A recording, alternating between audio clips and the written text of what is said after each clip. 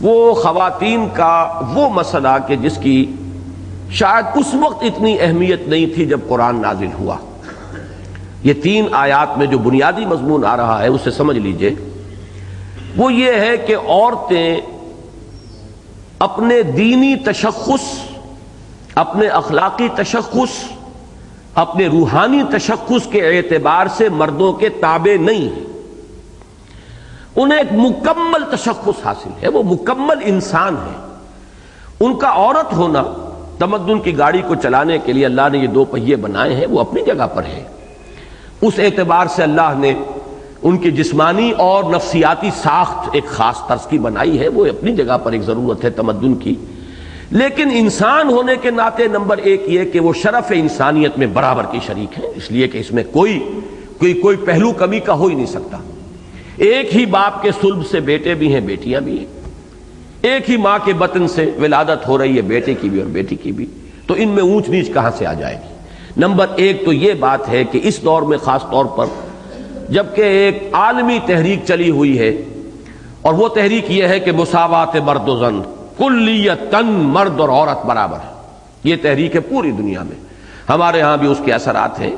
باقی پوری دنیا میں تو اس کو عملاً اختیار کیا گیا ہے. کسی بھی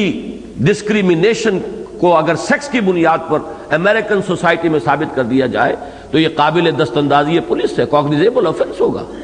اگر کوئی عورت جا کر یہ کہے کہ مجھے فلاں جاب تھا اور میں اس کے لیے فلی کوالیفائڈ ہوں لیکن مجھے اس لیے ریجیکٹ کیا گیا کہ میں عورت ہوں، تو مقدمہ بن جائے گا. وہاں قانون ہے کہ کوئی ڈسکریمنیشن نہیں ہو سکتی، نہ رنگ کی بنیاد پر، نہ مذہب کی بنیاد پر، اور نہ ہی سیکس کی بنیاد پر. پھر یہ کہ یہ لے جس حد تک بڑھی ہے کہ بالکل برابری اور ہر اعتبار سے جو ہے تمدن کی اس پورے نظام کے اندر جب وہ اختیار کیا گیا تو اس سے جو فساد پیدا ہوا ہے وہ اپنی جگہ ہے. لیکن اس افراط کے مقابلے میں اس تفریط کو بھی اگر رکھا جائے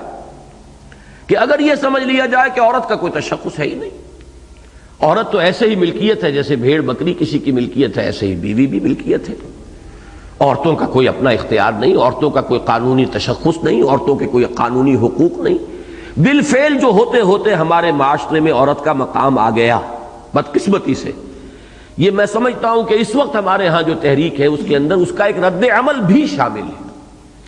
اس رد عمل کے اثرات بھی ہیں کہ جو ایک غلط بالکل مقام خواتین کو دے دیا گیا ہے مسلمان معاشرے کے اندر، اب اس کے رد عمل میں وہ مغربی تہذیب جو ہے اس کی طرف للچائی ہوئی نگاہوں سے عورتوں کا دیکھنا بالکل فطری ہے، اور پھر اب وہ اندھے بہرے ہو کر وہ اس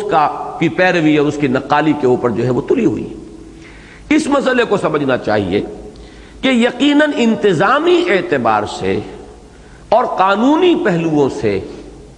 ہمارے تمدنی اور معاشرتی اور آئلی نظام میں عورت کو ثانوی حیثیت دی گئی ہے، اس میں کوئی شک نہیں. آج ہی جو آیت ہم پڑھ رہے ہیں اس میں کانتا تحت عبدین من عبادنا صالحین، وہ دونوں حضرت لوط اور حضرت نوح کی بیویاں ماتحت تھیں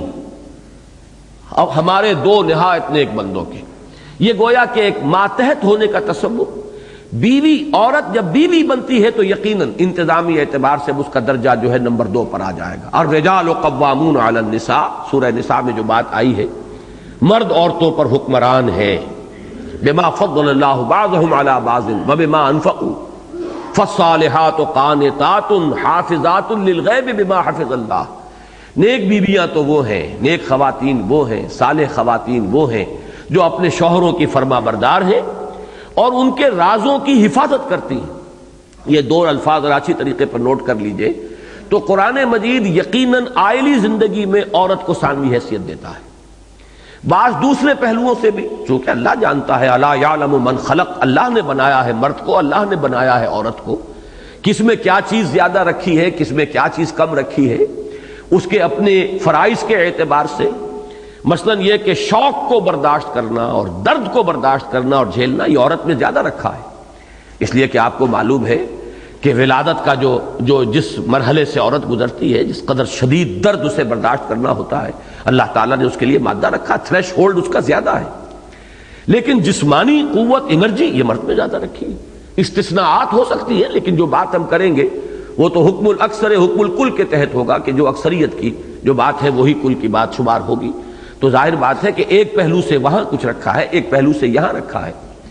اسی طرح میرا ایک تجزیہ ہے کہ قانون شہادت میں جو یہ معاملہ رکھا گیا کہ دو عورتوں کی شہادت ایک مرد کی شہادت کے قائم مقام، اور یہ قرآن مجید کی نص صریح ہے، نص قطعی ہے، اس میں بھی اصل سبب کیا ہے کہ مبادہ ایک بھول جائے تو دوسری یاد دلا دے۔ اس سے ذہن منتقل ہوا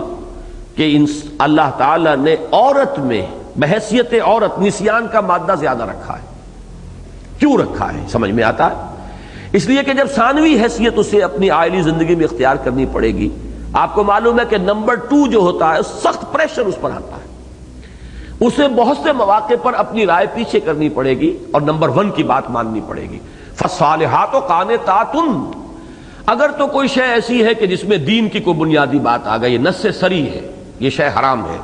تو عورت کہہ سکتی ہے اپنے شوہر سے کہ میں اس معاملے میں آپ کی بات نہیں مان سکتی، یہ اللہ اور اس کے رسول کی معصیت ہے۔ لا طاعت لمخلوق فی معصیت الخالق، مخلوق میں کوئی ہو، شوہر ہو، حاکم ہو،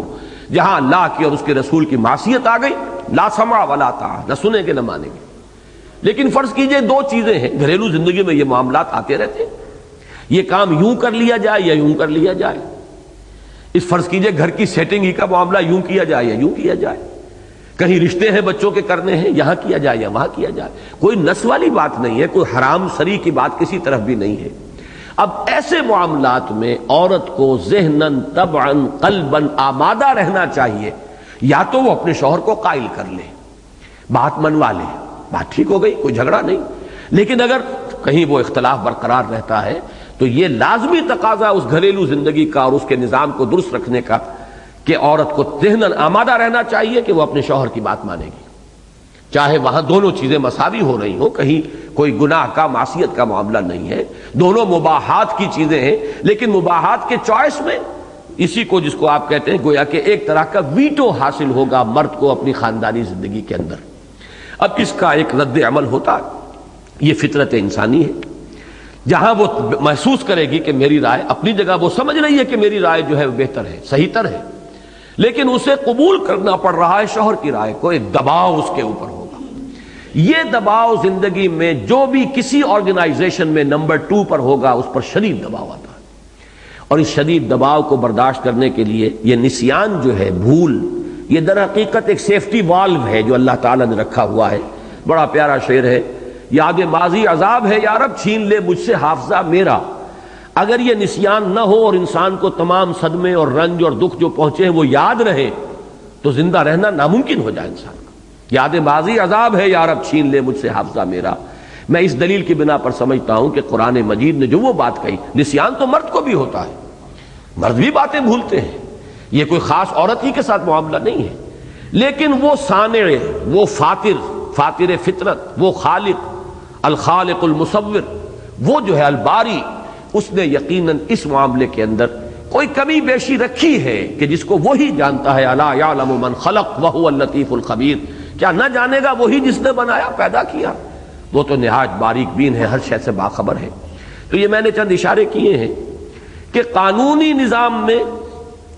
اور عائلی زندگی میں بالخصوص، باقی چیزیں گواہی، شہادت، یہ چیزیں تو زندگی میں 1 مرتبہ 2 مرتبہ کہیں آ گئیں، شاذ معاملات ہیں۔ اسی طریقے سے وراثت میں بیٹے کے لیے دوہرا حصہ ہے اور بیٹی کے لیے کہرا ہے، یہ بھی کئی 1 مرتبہ ہوتا ہے، اور وہ بات بھی بڑی اتنی ریشنل ہے اسلام کے نظام میں کہ ہر شخص اس کو تسلیم کر لے گا کہ جب عائلی زندگی میں کوئی ذمہ داری جو ہے وہ عورت پر رکھی ہی نہیں اسلام نے، اس کا نان نفقہ شوہر کے ذمے ہے، شوہر کو اپنے کنبے کو سپورٹ کرنا ہے، اسے مہر دے کر شادی بھی کرنی ہے لڑکے کو، اسے گھر بسانا ہے، اس کی پوری ذمہ داری جو ہے اس کو برداشت کرنی ہے، تو اسے دوہرا دیا۔ واقعہ یہ کہ اس نظام کا تو تقاضا یہ ہوتا، منطقی تقاضا، کہ بیٹی کا کوئی حصہ سرے سے نہ ہوتا وراثت کے اندر، اس لیے کہ اس کی کوئی لائبلٹی ہے ہی نہیں، اسے کوئی بوجھ اٹھانا ہی نہیں ہے، اسے جس گھر میں جا کر آباد ہونا ہے وہ اس کی لائبلٹی ہوگی، اس کی ذمہ داری ہوگی، اس کا نان نفقہ شوہر کے ذمہ ہوگا۔ لیکن یہ کہ بہرحال اسلام نے اس کے اندر بھی رکھا ہے اور پھر اسے پورا حق دیا ہے، وہ اپنی ملکیت پر پورا اختیار رکھتی ہے۔ شوہر اگر مفلس ہے، قلاش ہے، یا فرض کیجئے کسی وقت اتفاقاً ہو گیا ہے، کسی بوجھ تلے آ گیا ہے، تو بیوی چاہے تو اپنے پیسے میں سے شوہر کو دے اور چاہے تو نہ دے، اس وقت بھی وہ لیگلی ڈیمانڈ کر سکتی ہے شوہر سے کہ میرا نان نفقہ تمہیں ادا کرنا ہوگا۔ یہ ہے قانون اسلام کا۔ اسی میں بڑی عجیب روایت وہ ہے کہ ایک خاتون نے حضور سے پوچھا کہ میرے شوہر جو ہے بڑے تنگ دست ہیں، کیا میں اپنی زکوٰۃ انہیں دے سکتی ہوں؟ حضور نے فرمایا ہاں، اور اس کا دوہرا ثواب ہوگا۔ شوہر بیوی کو زکوٰۃ نہیں دے سکتا، اس لیے کہ بیوی تو اس کی ذمہ داری ہے ہی، اس کو تو اس کو سپورٹ کرنا ہے،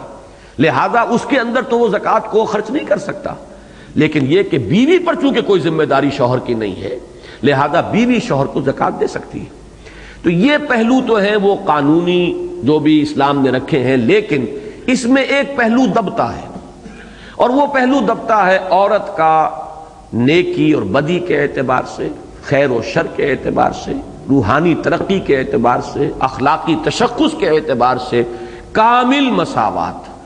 ایک انسانی شرف میں کامل مساوات، انسان وہ بھی ہے، انسان وہ بھی ہے۔ دوسرے روحانی، دینی، اخلاقی، ان معاملات میں کامل مساوات، یہاں کوئی کمی اور بیشی کا معاملہ نہیں ہے، بلکہ عورت کا اپنا مکمل اخلاقی تشخص ہے۔ اس کے لیے قرآن مجید میں جس انداز میں اس بات کو سمجھایا گیا ہے، میں ذرا جلدی سے وہ چند آیات آپ کو پڑھ کر سنا رہا ہوں۔ یہ سورۃ النحل کی آیت نمبر 97 ہے۔ من عمل صالحا من ذکر او انثی، جو کوئی بھی نیک عمل کرتا ہے، خواہ وہ مرد ہو خواہ عورت، وہو مومن، شرط یہ ہے کہ مومن ہو، فَلَنُحْيِيَنَّهُ حَيَاةً طَيِّبَةً وَلَنَجْزِيَنَّهُمْ أَجْرَهُمْ بِأَحْسَنِ مَا كَانُوا يَعْمَلُونَ، تو ہم انہیں لازماً بڑی پاکیزہ زندگی عطا فرمائیں گے، اور پھر ہم انہیں اجر دیں گے، جزا دیں گے ان کا بہت ہی عمدہ، ان کے بہترین اعمال کے حساب سے اور مناسبت سے ان کو جزا دیں گے۔ یعنی کوئی فرق یہاں مرد اور عورت کے درمیان نہیں ہے۔ من ذکر او انثی، جو بھی ہے نیکی کر رہی ہے، اپنے لیے خیر عورت کما رہی ہے، مرد ہے وہ اپنے لیے خیر کما رہا ہے، یہ مکمل تشخص ہے اور اس میں کامل مساوات ہے۔ یہ بات تو ہوئی ایک عام نیکی، عام جس کو بھی آپ کہیں خیرات، حسنات، بھلے کام۔ خاص طور پر دین کے چوٹی کے کام جو ہیں، جن کا سورہ آل عمران کے آخری رکوع کے اندر ذکر آیا ہے، وہاں جو گنوائے گئے ہیں، فالذین ہاجروا واخرجوا من دیارہم واوذوا فی سبیلی وقاتلوا وقتلوا لأکفرن عنہم سیئاتہم، یہ آیت مبارکہ وہ لوگ جنہوں نے ہجرتیں کی، جو اپنے گھروں سے نکال دیے گئے، جنہیں میری راہ میں ایذائیں دی گئیں، جنہوں نے قتال کیا، جنہوں نے اپنی جانیں دے دی اور قتل ہو گئے اللہ کی راہ میں، ان سے تو ہمارا بڑا بھرپور وعدہ ہے۔ اس سے پہلے فرمایا گیا ہے فاستجاب لهم ربهم انی لا اضیع عمل عامل منکم من ذکر او انثی بعضکم من بعض، میں تم میں سے کسی بھی عمل کرنے والے کے کسی بھی عمل کو ضائع کرنے والا نہیں ہوں، خواہ وہ مرد ہو خواہ عورت۔ اور یہ مرد اور عورت تم ایک دوسرے ہی میں سے تو ہو، ابھی جو میں نے عرض کیا کہ ایک ہی باپ کے صلب سے ہے بیٹا بھی اور بیٹی بھی، اور ایک ہی ماں کے بطن سے ولادت ہوئی ہے بیٹی کی بھی اور بیٹے کی بھی، تو تمہارے درمیان کوئی فرق و تفاوت اس اعتبار سے نہیں ہے، نہ شرف انسانیت میں کوئی فرق اور نہ اس اخلاقی اور روحانی تشخص کے اعتبار سے کوئی فرق۔ یہاں no mysteries here no special boon for the high and not for the low, یہ ایک نظم پڑھی تھی کہیں، charities that soothe and heal and bliss, یہ 10ویں جماعت کا ہمارا جو انگریزی کا کورس تھا۔ یہ نیکیاں بھلائیاں جو ہیں جن سے انسان کو سکون حاصل ہوتا ہے، charities that soothe and heal and bliss are scattered over the feet of man like flowers, یہ تو انسانوں کے قدموں میں بچھے ہوئے پھول ہیں، جو چاہے ان سے اپنا دامن بھر لے۔ بقول جگر پھول کھلے ہیں گلشن گلشن، لیکن اپنا اپنا دامن، وہ دامن عورت کا ہو، وہ دامن مرد کا ہو، نیکیوں کے پھول کھلے ہوئے ہیں۔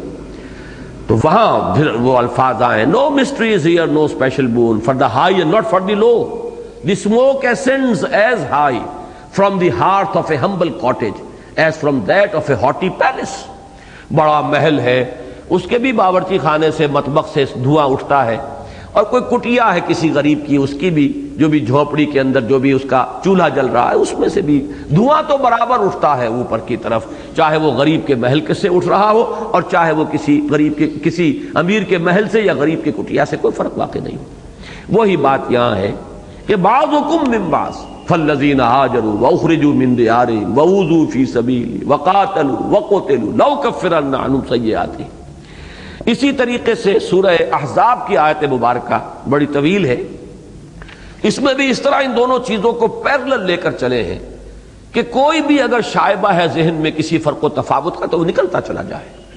ان المسلمین والمسلمات والمؤمنین والمؤمنات والقانتین والقانتات والصادقین والصادقات والصابرین والصابرات والخاشعین والخاشعات والمتصدقین والمتصدقات والصائمین والصائمات والحافظین فروجہم والحافظات والذاکرین اللہ کثیرا والذاکرات اعد اللہ لہم مغفرۃ واجرا عظیما۔ یہ تمام اعلیٰ ترین خوبیاں، اعلیٰ ترین اوصاف، یہ تمام ممدوح اوصاف جتنے بھی ہیں ان سب کے اندر برابر برابر پیرلل۔ تو یہ روحانی تشخص جو ہے عورت کا، اس کو اچھی طرح پہچاننا اور جاننا بہت ضروری ہے۔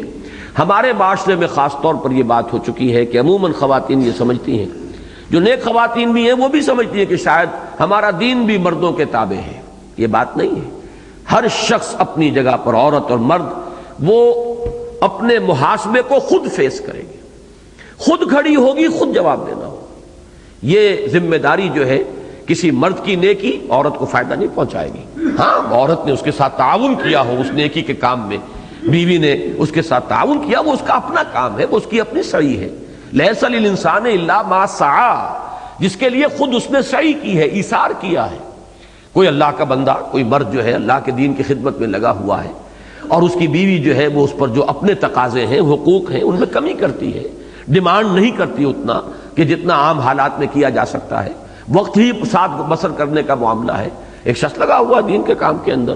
تو عموماً شکایتیں ہو جاتی ہیں گھر میں کہ ہمیں کوئی وقت دیتے ہی نہیں، ہمارے پاس تو بس آتے ہیں اور فوراً نکل جاتے ہیں۔ لیکن اگر اس کو کوئی خاتون خوش دلی کے ساتھ برداشت کرتی کہ یہ میرا شوہر جو ہے کہیں اور نہیں جاتا ہے، یہ دین کے کام کے لیے اپنا وقت لگا رہا ہے، اگر خوش دلی کے ساتھ برداشت کرے گی تو اس کی محنتوں میں اجر و ثواب اس کا شامل ہو جائے گا۔ لیکن ظاہر بات ہے کہ یہ اس کی اپنی خوش دلی ہے، مرد کی نیکی فائدہ نہیں پہنچا رہی۔ ہر انسان کے لیے وہی ہے، لیس للانسان الا ما سعی وان سعیہ سوف یری، نہیں ہے انسان کے لیے مگر وہی کچھ جس کے لیے اس نے سعی کی ہے، محنت کی ہے، کوشش کی ہے، جس کے لیے کوئی قربانی دی ہے، جس کے لیے کوئی ایثار کیا ہے۔ ہاں، جو کچھ اس کی محنت ہے، سعی ہے، جد و جہد ہے، کوشش ہے، وہ اس کے سامنے رکھ دی جائے گی۔